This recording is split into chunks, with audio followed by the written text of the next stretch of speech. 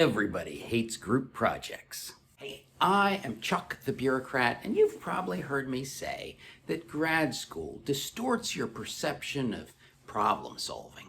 The academic environment does all sorts of artificial manipulations to get you ready for the real world. I mean, whatever that is. It's like how they ask for a 3,000-word essay and accidentally incentivize you to take a short message and add lots of fluff. Or how your professor wants to hear that you understand the details of the methodology you applied, when your boss, well, he's not going to want to hear it. Well, despite all of that, there is one aspect of grad school that prepares you for working in the bureaucracy, and that is the group project. I know. There's like muffled groans going out across the audience. But here's the thing. Strategic decision-making is always a group project. People are fighting over billions of dollars. A team effort is the only way to win. And while there may be some small marginal tasks that can be done by someone alone on an island, trust me, those aren't important tasks. Plus, if you try to take on a serious and important issue as a one-man show, you're gonna get trampled by the people who work together. So while some aspects of academia might distort reality, those group projects get you prepared for the real thing. Now, if you'll indulge me for a second, I'm gonna kind of make fun of group projects to set the stage for how they seriously benefit the organization. See, it's like every group project has the same 3 people on it. The worker bee, the presenter, and the silent partner. And just like a Game of Thrones novel, do not get emotionally attached to any of these characters because at the end of the day, they're all terrible people. The worker bee slaves away, doing all the work, and then produces some complicated mess that nobody else understands. It may or may not be laced through with all sorts of errors, but the rest of the team is never going to be able to figure that out because the instant that they question the slightest ambiguity, the worker bee flies into a rage and says, "Fine, you do it." The presenter tries to put himself forward as the leader of the group. He's the big picture guy who's able to make sense of all the work of all the other yabbos on the team. He's perfectly happy taking credit for other people's work, but the very second that he has to take responsibility, well, he's just going to have to throw somebody under the bus. And then there's the silent partner, who, at some point in the process, just said, the hell with it.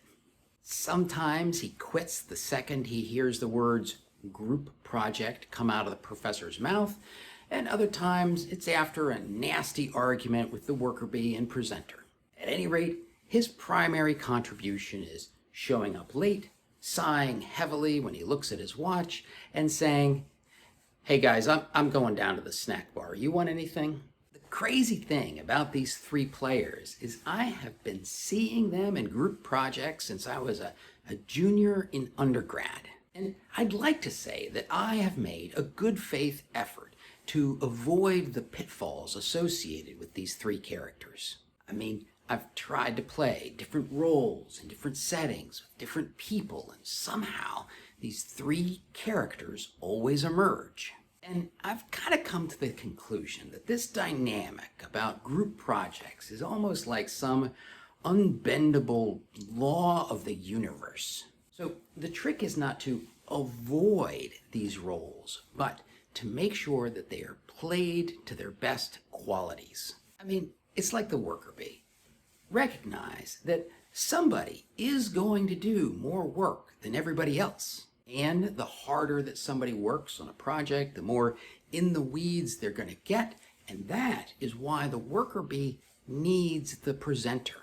And then somebody has to pay attention to the audience. They have to keep their head up, taking direct feedback and intuiting where there are gaps in understanding. Because in a Pentagon group project, you're not just going to present one time.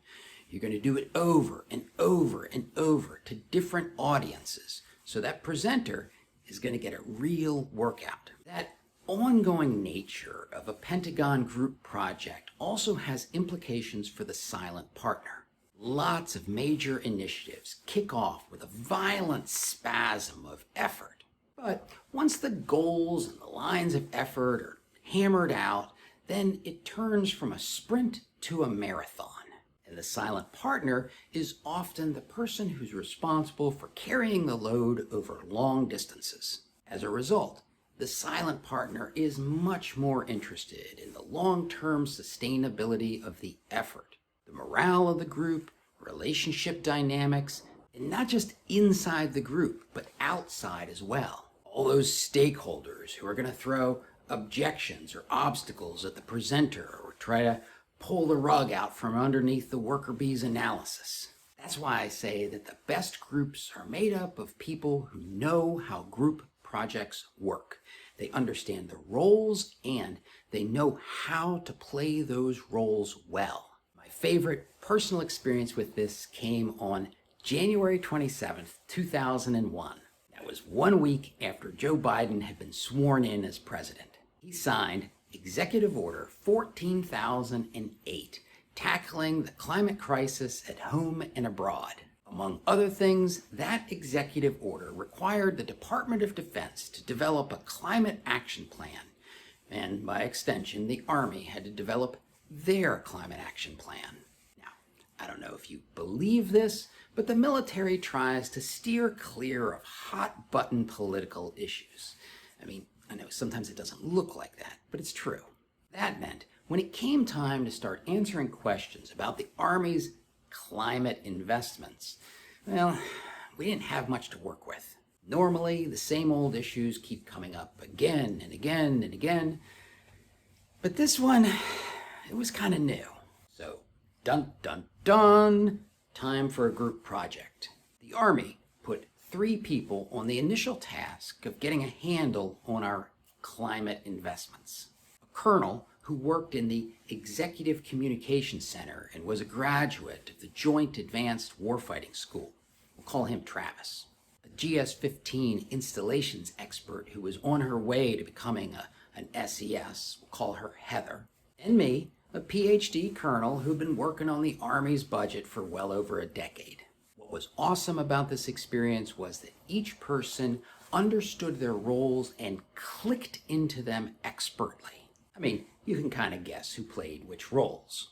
Travis was the presenter.